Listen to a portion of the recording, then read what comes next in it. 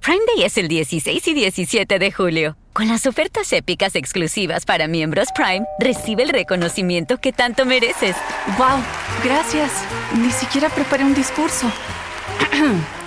Quisiera agradecer a mi familia, que siempre necesita cosas. También a Sam, mi repartidor, por entregarme todas mis ofertas increíbles tan rápido. ¡Te adoro, Sam! ¡Mua! Compra ofertas en electrónicos, hogar y más este Prime Day, del 16 al 17 de julio. With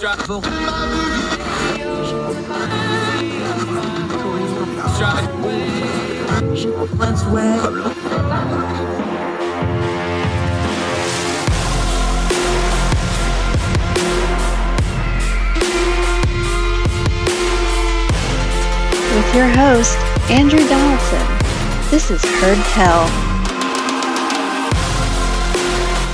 Welcome back to Heard Tell. Okay, one of our favorites, good friend of ours. We love him to death. Daniel Martino, one of our great Young Voices contributors. He is out there fighting authoritative socialism and communism like a beast. I love this guy. The Dissident Project, something you really need to check into. Daniel, my friend, been a while. Let's talk. Good to see you. Good to see you too, Andrew. All right, sir. I want to ask you, starting with this. You're, of course, from Venezuela. This court case, this Saab court case down in Miami, it didn't get a whole lot of press, but you tweeted about it. And it's not just the court case that I want to talk about. You talk with the Dissident Project about the dissidents and the activists and how dissent is crushed and how the propaganda by these dictators works. This court case is a good example of, because this is U.S. soil. This is down in Miami. We have this Saab case where this is an ally of Nicolas Maduro's government, and they're trying him. But what happened in the courtroom and what you tweeted about goes to what you talk about with the Dissidents Project. All these supporters of the Maduro government shows up, and they're protesting, and they're trying to do a show of force. That's not organic. That's a very old tactic. This is one of those ways that these dictators exert influence, even on American soil, that I don't think a lot of people are aware of. And I think it's really important to point it out. And you were tweeting about it. Why don't you tell us what you think about that? Yeah, well, what's going on is that Alex Saab is a businessman who has laundered money for the Maduro regime for many years. The United States indicted him on money laundering because that's what he is. And the Maduro regime is arguing that he was on a diplomatic passport after the fact that he was arrested, when he was not on a diplomatic passport. He isn't even born in Venezuela. This is a man who is actually Colombian with Lebanese citizenship. So this is not a Venezuelan individual. And now, because we have him in U.S. custody and there's a trial, they're sending paid people who are involved with them in Miami to the trial to show this fake support for the Venezuelan regime. What I was saying is that if there are people receiving payments from the Maduro regime living in the United States, that's something that the FBI and the U.S. Department of Justice need to know about, because that's in violation of U.S. law and sanctions as well. Right. And the sanctions are the important part here, not just because of the trial itself. The reason they have to launder money is because they're trying to get around all the sanctions and this sort of thing. But anytime you have a foreign government exerting influence like that, look, this is in a courtroom. Like this isn't just like on a street corner. This is in something that's an integral part of our criminal justice system. Courthouse, that's a symbol of the U.S. government. This is pretty blatant stuff, and it's the stuff that doesn't trend on Twitter. But it's very much a power move to try to do things like this, isn't it? Well, it is, because it shows that the Maduro regime has people inside the United States. And these aren't just naive supporters who are just, answering a call. This is a well-organized group of people who are not just in the U.S., but all over the world. And that is financed from Venezuela, from Cuba, from Nicaragua. And if they can do that and show up in a U.S. courtroom, they can do a lot of other things, and they can lobby legislatures, and they even have, people working in the U.S. government. And that's what's scary, right? It's kind of like what happened in the Cold War. The Soviet Union had spies here. The Cubans had spies here and still do. And now the Venezuelans do as well. This is important. Daniel Martino joining us, because we know the immigration crisis in Venezuela is driven by the political situation and the economic situation. It's inarguable. That's what's driving the immigration crisis out of there.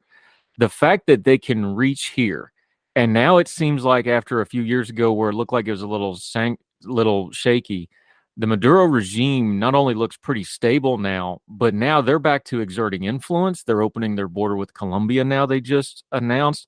They've been doing some ties with Russia because Russia's desperate for any ally they can get right now. So there's been some of that going on. This is not only a stabilized regime, they're starting to try and exert some influence again. Is that an inaccurate way to look at this? Well, the Chavez, the former dictator who passed away and gave power to Maduro afterwards in 2013, he had a strategy of asymmetrical warfare against the United States, and that came in different forms. So one of his tools against America was the cocaine trafficking, in which he was personally involved with, just like Maduro is and the rest of the Venezuelan regime and military are. What the Cartel of the Suns, El Cartel de los Soles, which is indicted by the Department of Justice, it does. They send cocaine from Venezuela to the United States in massive numbers. So that's on one end. The other end is information warfare. They have channels that are financed by the Venezuelan regime that try to persuade people in the United States. One of them is Telesur. Telesur not only has a traditional TV channel presence, but a social media presence in Twitter, in YouTube, in Instagram, everywhere. And that's where they try to say that anything that happens in Venezuela that's bad, it's because of U.S. imperialism instead of socialism, which is the reality. And then there's the more obvious warfare of criminals and people who come here that they try to send, or criminals that are international and they try to collaborate with Iran and with Russia and Cuba. And all of this, their goal ultimately is to take over more countries, to make sure that there are more people on their side, more money to steal, that the United States stops sanctioning them. And that's why they do this information warfare, to persuade people against the sanctions and ultimately so that they can stay in power in perpetuity. Yeah, Daniel D. Martino joining us. You just mentioned it. Asymmetric warfare politically with a lot of different motion. What does it tell us, though, that this is warfare that they're fighting? They see this as warfare. They see this as a geopolitical struggle. But the United States policy, and this is bipartisan because it goes back a couple of administrations now since Hugo Chavez. Policy-wise, Americans' government and the American people don't seem to be treating it as that kind of a problem. How do we bridge that gap of like, look, they're doing this on purpose and we're not even really paying attention to it other than when the immigration stuff pops up on the radar here, there, and yonder? How do we start changing that? Because, if you got one person fighting you and you're not even paying attention, that's when you kind of get a lot of harm done just by inertia and by ignorance and by not paying any attention whatsoever to it. Yeah. Well, I think that what's happening with Russia and Ukraine is actually a good opportunity to let people know about this, because Venezuela isn't the only foreign state that does this against the United States. Russia has been doing it for far longer. And Russia has Russia Today, where they both brainwash the Russian population and the American population that tunes into those channels. But they also have a bunch of little offshoots that they collaborate with Iran and Venezuela with, channels like the Gray Zone, which supposedly say they're independent journalists, but when you look into their legal structure, they are part of Russian and other foreign state entities, and they have personally met with the dictators of all these places and express their support. So, the Chinese pay YouTubers to promote their pro-CCP content so that they can brainwash the youth in the United States. And it is an opportunity to crack down on these things, because the reality is that the First Amendment applies to people in the United States. It doesn't apply to foreign states trying to send money into America. And we can and should restrict the use of foreign government money in U.S. media, that is not restricting U.S. media. You can say whatever you want in favor of Putin, in favor of Maduro if you're in the United States, if you use your own money, not if you use the money of the Venezuelan regime that comes from human rights violations and its blood money. That's what we should be restricting.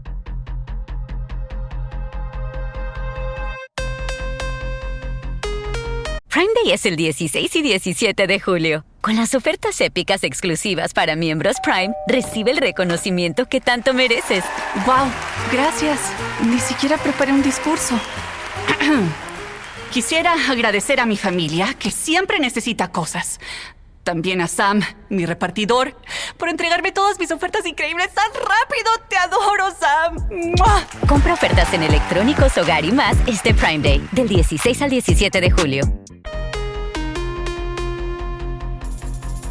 Yeah, Daniel D. Martino, you talked about this before, but I just want to reiterate it. The scale of this, the numbers don't really, 7 million refugees out of Venezuela since the Maduro regime. That's a catastrophic number by any measure. About 450 to 500,000, depending on which numbers you want to use. The UN uses 465,000, wound up in the U.S. Obviously, Colombia and Peru and Chile, they get a lot of them just geographically. Spain and Brazil. This is a massive diaspora of Venezuelans that have left the country. Before we talk about the American side of the immigration, just talk about what that does to Venezuela itself, the brain drain, the talent drain, the people that are leaving. There's just no way to really comprehend what that does to a country, is there? Well, the most shocking part on really the part that Venezuelans feel the most is that now there's so many empty houses and empty buildings in the country. Whole neighborhoods that are half full, friends and families that are separated. There's virtually no family in the country that doesn't have at least one family member who has left. There are many families that the entire family has left. And that is destructive for the social fabric of a region, of a country, and it's really sad. Economically, though, I gotta say that the immigration has helped those who have stayed, because since there's no way to make money and survive in the country, the fact that 7 million out of 30 million people have left and are sending back remittances every month is actually what's maintaining the people who stayed behind alive. And so, in that way, Venezuela has become similar to Cuba, a parasitic economy where they can't produce anything because of the government regime inside, but it's dependent on its diaspora abroad to send money back in to survive. Yeah, Daniel D. Martino joining us. Let's talk about those immigrants in America, though. Just back in October, the U.S. started to change their policy. It had been that Venezuelans were winning their asylum cases at a much higher rate than most of the other people groups that were coming in. Crackdown's not the right word, but they basically said, hey, the Venezuelans at the border are going to be like everybody else. They're going to have to be in line. Then they turn around and say, well, we're going to make these 24,000 slots for them. Well, the problem is there's 33,000 Venezuelans a month trying to come in. Should there be a different policy towards Venezuelans? We just saw here recently, last week or two, that they've extended protection for Haitian refugees. We've had Ukrainian refugees things. We've had, of course, the Afghanistan refugees that we brought over. Should the U.S. policy be different towards Venezuelan refugees coming from this country? And what should it look like? Well, let me begin by explaining a little bit of what the policy is and was with respect to asylum seekers in general in the southern border, and how Venezuelans used to get asylum before. So because Venezuela used to be a rich country, a lot of Venezuelans had U.S. tourist visas in their passports. And that meant that when things got rough, a lot of Venezuelans who wanted to come seek asylum in America, they just bought a plane ticket, traveled to the States, and once they were here, they claimed asylum. That is a process that happened for over a decade, and nobody even noticed because this was our orderly processed planes. Nobody knew it was happening really. These were people with more means because they had the means to buy a plane ticket. But what happened is that since 2019, there's no U.S. embassy in Venezuela. Even then, nobody's getting tourist visas to come to the United States because the U.S. embassy thinks, I think rightfully, that if you're going to get a tourist visa specifically to come to the States right now, you're likely gonna want to get asylum and overstay, so they just don't give it to you. And what happens is that a lot of Venezuelans just say that their only path, realistically, it's true, their only path is to walk to the southern border and claim asylum there. Now, since the pandemic, there's been a policy called Title 42, which is really a policy to deter disease into the United States. And so the US government has been claiming for many years now, for over two, that asylum seekers are bringing COVID-19 into the United States, which is a lie. And that's why the judges have, already overturned Title 42 and have given until this month to the US government to do something else, or Title 42 ends regardless, because it is not true on public health grounds. You cannot justify, forbidding asylum against US law, by the way, because US law says that if you present yourself at the southern border and a port of entry, you have the right to seek asylum. If they deny you asylum later because your claim is false, they can deport you. But on its face, you have the right to seek asylum and wait inside the country. What happened was that the Biden administration was not applying Title 42 to Venezuelans. In October, they started applying Title 42 to Venezuelans, and in exchange, they gave Venezuelans a parole program, which means that you can apply from Venezuela to come to the States if you have a sponsor. The goal, and I think it's a good goal, is to make the process more orderly so that there are no Venezuelans getting shipped to New York in buses and end up in homeless shelters, which is bad for the Venezuelans, and it's bad for crime in the city. And so I support that move. The problem is that it was too few spots, as you mentioned, just 24,000, that more than those have applied already, and by the end of the year they're gonna run out. And anyway, Title 42 is going to end. So what I think that the Biden administration should be doing is, how do we make sure we have an orderly asylum process at the southern border and before the border?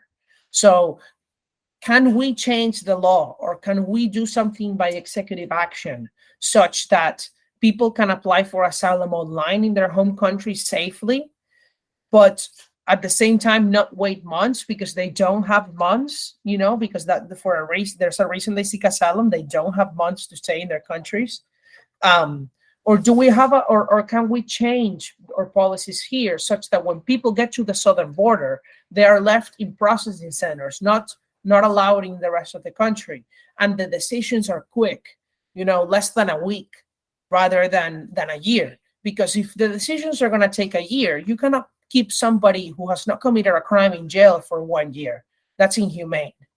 Because I know people who have been left in those ICE facilities crossing the southern border for months without committing any crime, just waiting to be released, and without even an asylum decision. And let me tell you, the conditions are not good. They're really dire.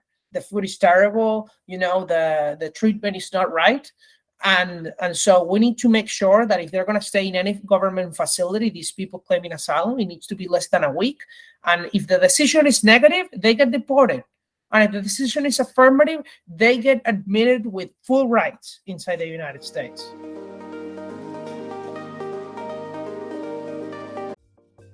Folks, if you've listened to the Heard Tell program, you've heard our friend Gabriella Hoffman, but you need to make sure you're checking out her podcast, District of Conservation. It's a podcast exploring the nuances of true conservation efforts from DC and beyond. From topic discussions to exclusive interviews with conservation and energy newsmakers, Gabriella keeps listeners appraised of the latest news stories while elevating important voices. Listen to District of Conservation on Apple Podcasts or wherever podcasts are played.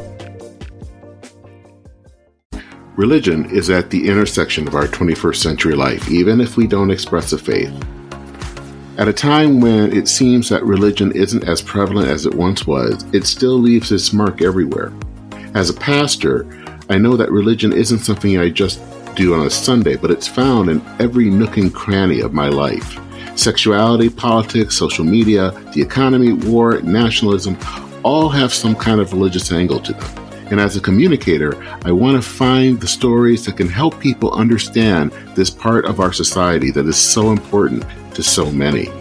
Hi, I'm Dennis Sanders, and I'm the host of Church and Main. Church and Main is a podcast about the journey of faith and where it intersects with modern life. I look at faith with a journalist's eye, asking the who, where, what, why, and how religion affects some of the major issues of the day. Join me as we journey together. You can listen to Church and Main podcast at the website churchandmain.org or on your favorite podcast app. I look forward to seeing you.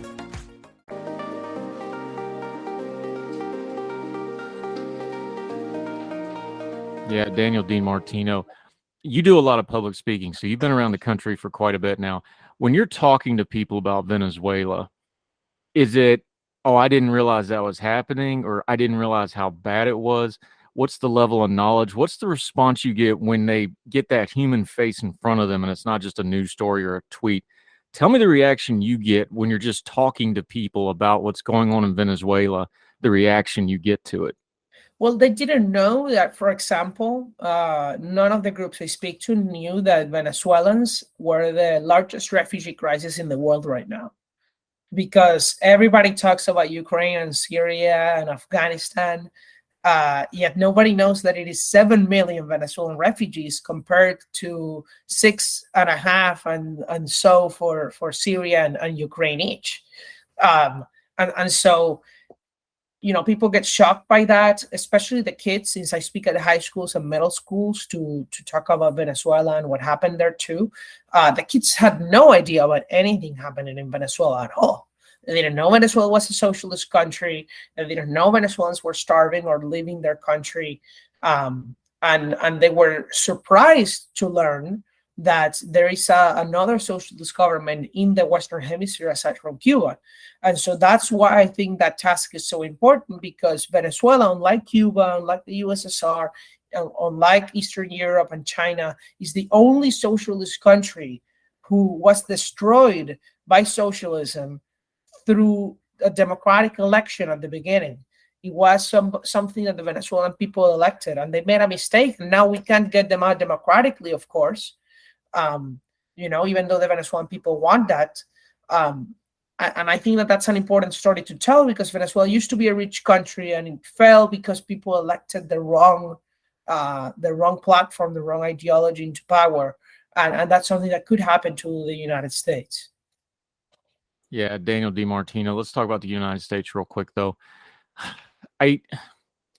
Look, immigration's a mess in the U.S. You just walk through it. That's just the Venezuelans. You've got all these other people groups that's got similar situations, good, bad, or indifferent. The immigration situation's bad. We don't want to deal with it in a comprehensive manner. We want to keep piecemealing it. There's political things. There's economic things. It's bad. But turning that noise down, when you just have to deal with some idiot online, like, well, deport him because they didn't like something you say. When you deal with crap like that, how do we change this conversation online? And I don't mean the people that are just bad faith and just throwing things out, because there's a long strand of anti-immigration in America. You can go look at political cartoons from the 1800s. This is not new. How do we talk about this better? We, ourselves, social media, in person. Is it putting human faces on it? Is it talking about the legal and the ramifications and the regulations that can be changed and should be changed? Is it talking about the economic side of it? Is it some combination of it? How do we talk about this better? Because right now it's just something we throw at each other online, and that's not getting anything accomplished. Yeah, I'm a believer that personal interactions and putting a face to people is very impactful. And it's very different to talk about something in the abstract than to talk about your friend or talk about your family member who you know very intimately how the immigration process was for them and what it's really like. And the problem that we have on immigration in this country is that, 80% of Americans have no idea how the legal immigration system works. And most people think that there is simply an application process that any reasonably good and normal skilled person with some type of tie to the United States can come legally go through and come here. And that's not true. And so, but a lot of people understand that it's broken. They just don't know how to fix it. And that's what we need to make sure people know. And then we can start a conversation over how to do it. There's a lot of evidence in the economics literature that shows that the longer you have interacted with immigrants, the more accepting you become of immigrants. So the continuous interaction in your communities, a community that has no immigrants has no idea how immigrants are and tends to actually be more opposed to immigration. But communities that have had a number of immigrants, it doesn't have to be a high number, maybe 10% of them, maybe 5% of them are immigrants for a long period of time, tend to be more accepting of immigrants. And so if we make sure that other immigrants make sure that they befriend more people who are from the United States, if we make sure that that those kinds of relationships keep being built, I'm confident that over the long term, over the next 10, 20, 30 years, the United States, which is already an extremely tolerant and accepting country, would become even more so of immigrants.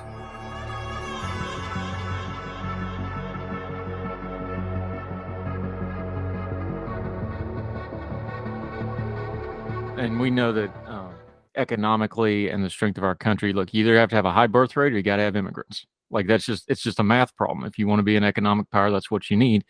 And we're fortunate where we still, even with all our problems, are a beacon of freedom. And a lot of people around the world want to come here and make their lives here in America. And we should find a good path to get the best people possible and get the most freedom and economic opportunity for as much people as possible. But that's a longer conversation for another day, my friend Daniel DiMartino.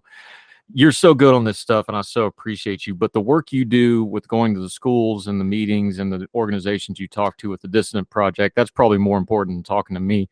Talk about that for just a second. Let people know where they can find that and the other things you're working on until we get you back on Heard Tell again, my friend. Yes. So the Dissident Project is the only speakers bureau in the United States who sends immigrants who lived in authoritarian countries into high schools, into middle schools to tell their stories about how these socialists and other forms of authoritarian regimes, made them flee their country, ruined their lives and their families' lives, and so that we can create gratitude among the young American students for living in America. And not only make them grateful to live in America, but also allow them to understand that free enterprise is what made America prosperous and so great to live in. And so we do this by traveling to high schools at no cost. We have right now 5 speakers from 4 different countries. We're going to expand in February to about 15 speakers. So we're on a triple our size because of the high demand that we have from schools.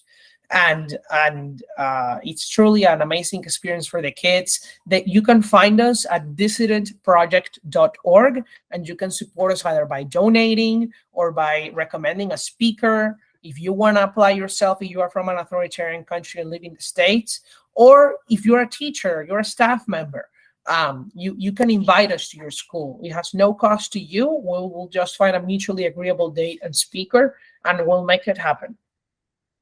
Yeah, Daniel DiMartino.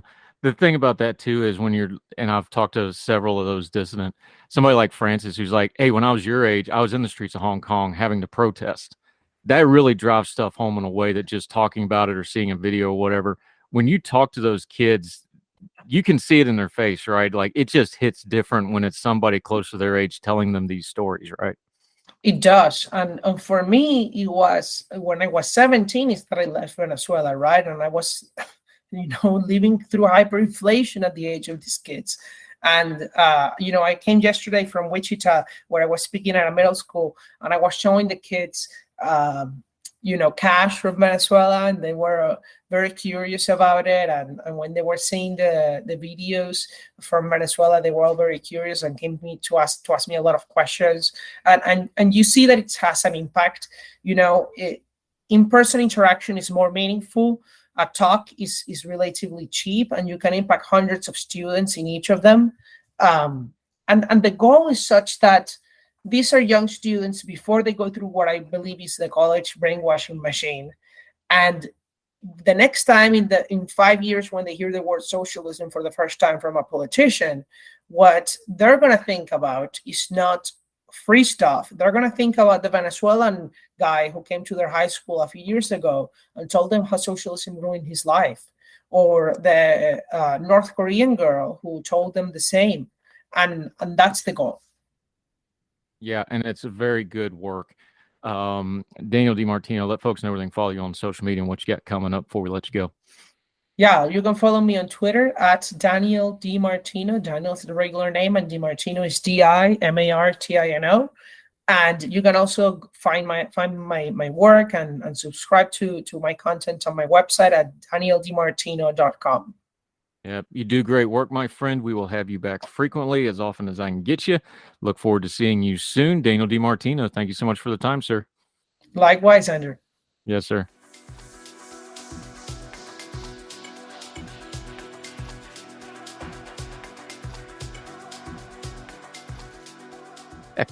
Welcome back to Heard Tell. Okay, a tradition unlike any other, because we did it last year. Now we're doing it again this year. So now it's a tradition, maybe a habit.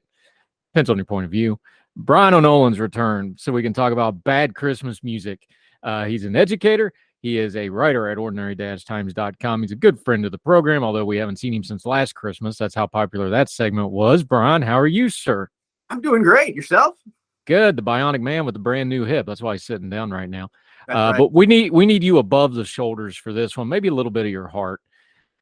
We did this last year. I wanted to do it again, but though, boy, howdy, I just did a Christmas trip. I was out of town. You know, everybody's playing Christmas music. My God, is there a lot of bad Christmas music of the last 10, 15 years? There really, really is. And I was thinking, because we're talking bad Christmas music, but I want to defend a Christmas song here, because a couple weeks ago, my younger son, he's 12, he comes home and he says, you know what the worst Christmas song is? And of course, I've got a catalog in my head, and I'm thinking, well, okay, he's got about a dozen he could pick from. What did he say? Keep in mind, we're talking about a 7th grader. What song did he pick? I don't know. Grinch. Mariah Carey's All I Want for Christmas Is You. Now, the kids are all right. He's got a point. I had to take a moment and I said, you know what? I think I know what the problem is. And I don't think it's the song. I think it's partly the fact that it is, and check me here because you're a little bit more tuned into pop music than I am. I feel like it's the last or most recent entry into the Christmas music canon. That it's the most recent standard that has been released. And I was shocked when I looked it up. I looked it up because I wasn't sure what year it had been released. And I was guessing late 90s. Boy, was I wrong. 1994, this song was released. And it was a throwback at the time, which I didn't realize until this morning when I was thinking about it. It's really a throwback to sort of classic Motown. If you told me that, Ronnie Spector had recorded it in 1968, I believe you. But no, it's a Mariah Carey original. And I think it has become so ubiquitous. It's the first song you hear at the end of October in Target. And I think that it's so frequently heard that a lot of people are just annoyed by it. Whereas it's genuinely a really good song. It's just all positivity. It's a love song about Christmas. And what's not to like about that? I mean, I guess on the 500,000th hearing, it might get a little annoying. But so I just want to defend that one for a moment. Not that it's my favorite, but I think that, I looked it up. It's the 12th highest selling single of all time. And you don't get that high on the charts without being a decent song. No, it's a throwback to I think you're right. It was a throwback song at the time. The problem is it's been beaten over the head of everybody for the better part of the last 30 years. So that's why we're all sick of it. But you talked about the canon, though. It depends on your definition. That's probably by far the most commercially successful of the recent, I mean the last 30, 40 years, because we have the classical Christmas music, then you have the standards from, the 60s, 70s, 50s, White Christmas, all that stuff. Yeah. Of the modern era stuff of the last 40 years, it's clearly the most commercially successful, the most well-known. I don't think there's any debate about that. No, it's not even close. Of Christmas, not even Christmas, sorry. Just songs, singles. Yeah. The only other Christmas song in English that has sold more is White Christmas, and that's the greatest selling single of all time. I mean, they literally... Which was an accident. We did that one last year. Yep. The verse of White Christmas that we know was actually the original third verse, and it was like a 20-minute song. Yeah. And it wasn't Bing Crosby's song at first. And he ended up actually having to re-record the master of that song because the original master was so worn out from so many pressings of the record that they had to go in and re-record it, which is just mind-boggling. It sold 50 million copies, and to Mariah Carey's only 18 for All I Want for Christmas Is You. And then there's another Christmas song that has sold 30 million copies, and I'd never even heard of it. It's a French song called Petit Papa Noel, and I haven't had a chance to listen to it yet, but it's also from the 40s. So, I mean, when we're talking about most recent entry to the canon, it's the best-selling since White Christmases, at least in English, Christmas song. It's amazing. And yes, it's been beaten over our heads, but I think to some degree that's because there hasn't been anything anywhere close to it since. Yeah. So I've pulled up a list. I don't think of this as a Christmas song because it came from the movie, but I get why they're adding it as a Christmas song. But Do You Want to Build a Snowman from Frozen is way up there on the list now as a selling single. I don't think of that as a Christmas song. I think of it as a winter song. I know I'm splitting hairs there, but okay. But I mean, I'll allow it. But I don't think that's a Christmas song. No, it's not. Sabotage, better known to most normal people. If you're into 80s metal, you know him as Sabotage. Most people know him as the Trans-Siberian Orchestra because that's their second act where they made a bad of money. Christmas Eve Sarajevo, that is, of course, the redoing of the Carol of the Bells, the orchestra metal version of it. Everybody loves that. Yep. That's next on the list I'm looking at. And then as far as modern stuff, Mistletoe by Justin Bieber, I'm not going to acknowledge that exists. Sorry, just not going to do it. No. Rocking Around the Christmas Tree, that's Brenda Lee. I put that in that new classics, the 50s, 60s, 70s. It came out in 58, so I'm going to move that one back. Where Are You Christmas, Faith Hill? Now, that came from the Grinch movie from, 15, 20 years ago now. That came out in 2000, which was 22 years ago. Sorry, folks. 22 years ago. That's the Jim Carrey. That's the Jim Carrey, Ron Howard Grinch movie. Okay, I'm good with that. That's a good song, by the way. That's good. That works. Jose Feliciano's Feliz Navidad from the 70s is on that list. Yep, that's... Any other version of that song is hot garbage, and I don't want to hear it, but his is fantastic. Crank that up every single time. Yeah. Jingle Bell Rock from 57, of course. That's become a classic. Then we get into the sticky one as far as the modern canon go because her fans are ridiculous, although I do like her as an artist. Wham busted out Last Christmas in 84, and then Taylor Swift covered it. And now you get into a modern and then an even more modern take. And I actually like the Taylor Swift version. I'm just going to admit it. I will confess I'm not familiar with that version. I can't stand the original.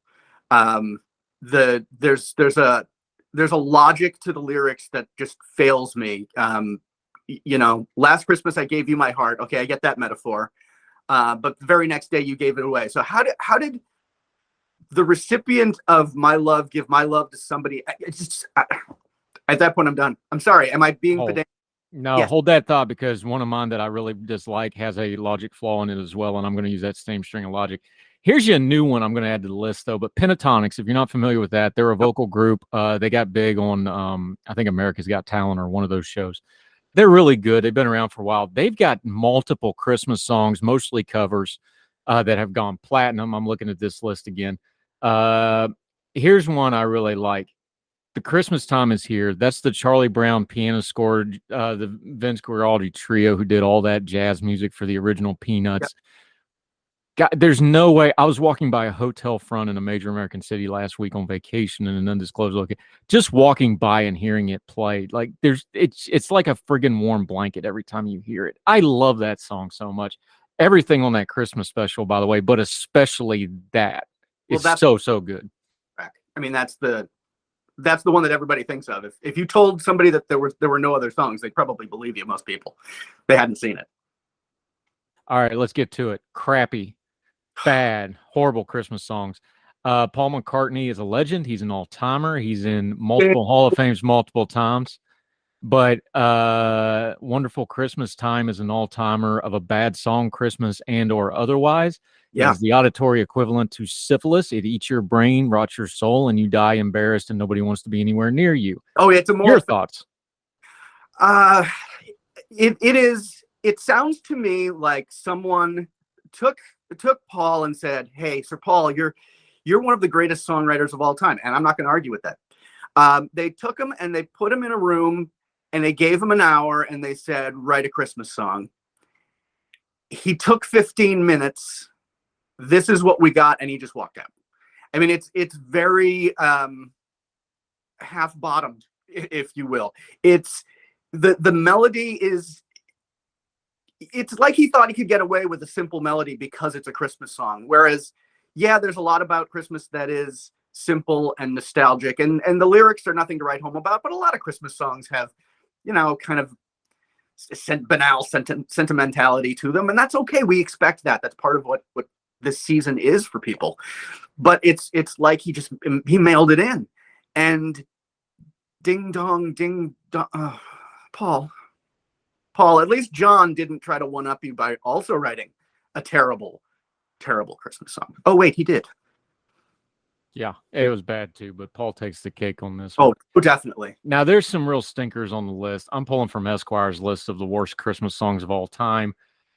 There's multiple cover songs on here from people that are really, really talented. The Jackson 5s are on here for their cover of Kissing Santa Claus, Oh, John Denver doing, and I'm going to just quote this because I still can't believe this really happened. But John Denver did Please Daddy Don't Get Drunk on Christmas. We got to mention that one. The Bon Jovi song, Backdoor Santa. I'm going to leave that one without any further comment.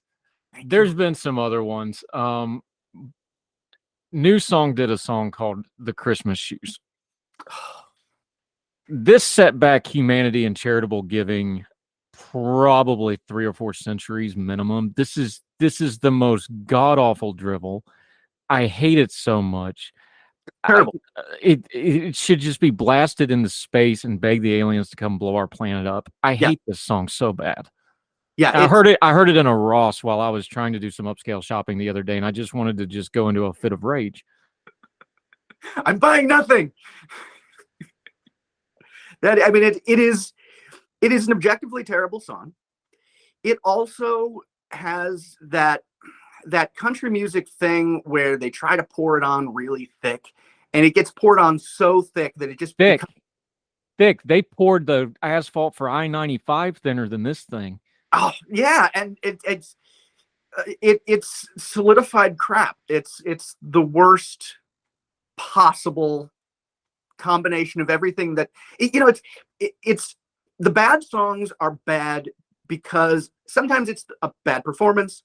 Sometimes it's, Please Daddy Don't Get Drunk on Christmas, or having, little Michael Jackson singing I Saw Mommy Kissing Santa Claus, and it's just a little weird. But sometimes it's also because people analyze Christmas songs and they think, okay, what makes a good Christmas song? Well, you want home, you want love, you want giving, you want charity, you want some sentimentality, you want some sweetness, and people will even take a little bit of extra sweetness and then they dump it all on top, and it's just too much. It's too much. There's a balance that the real stinkers don't get.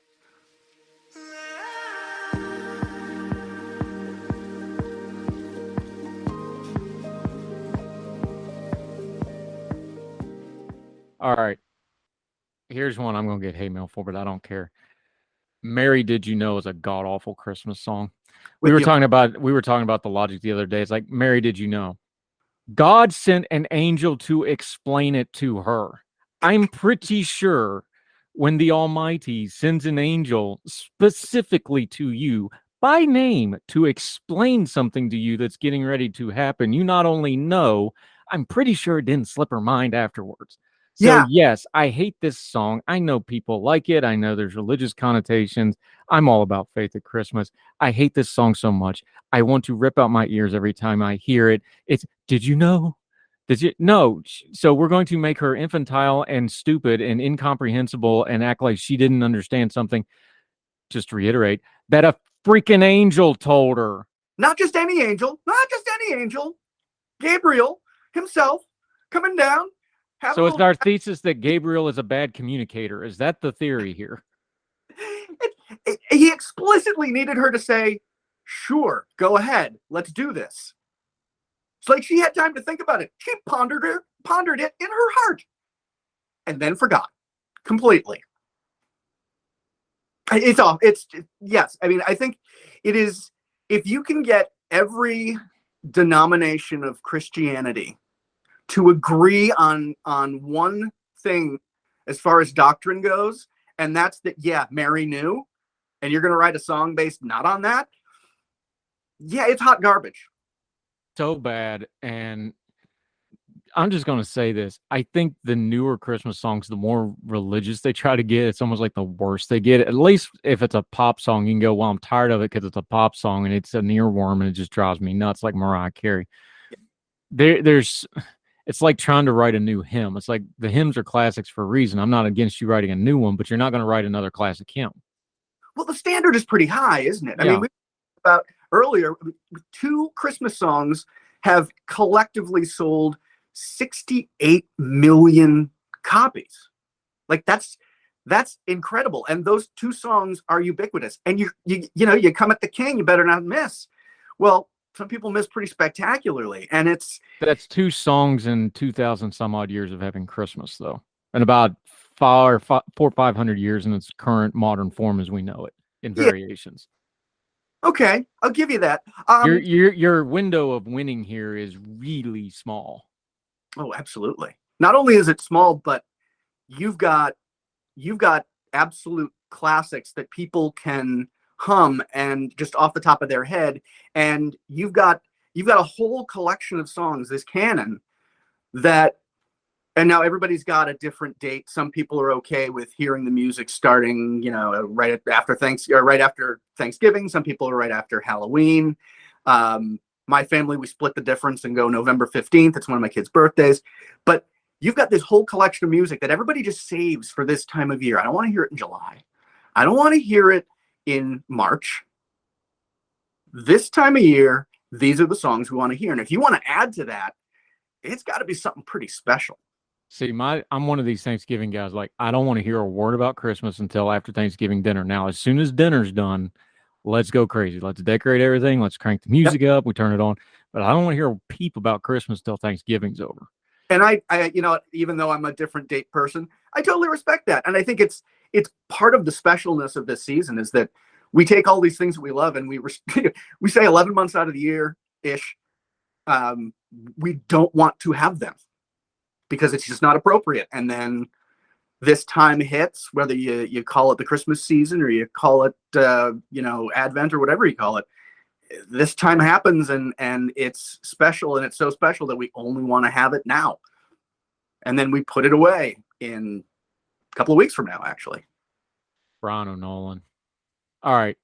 Give me your favorite Christmas song. I see the Christmas tree back there when the O'Nolan clan gathers around and you limp over to your chair as head of the household with your new medical marvel hip. A lot less limping.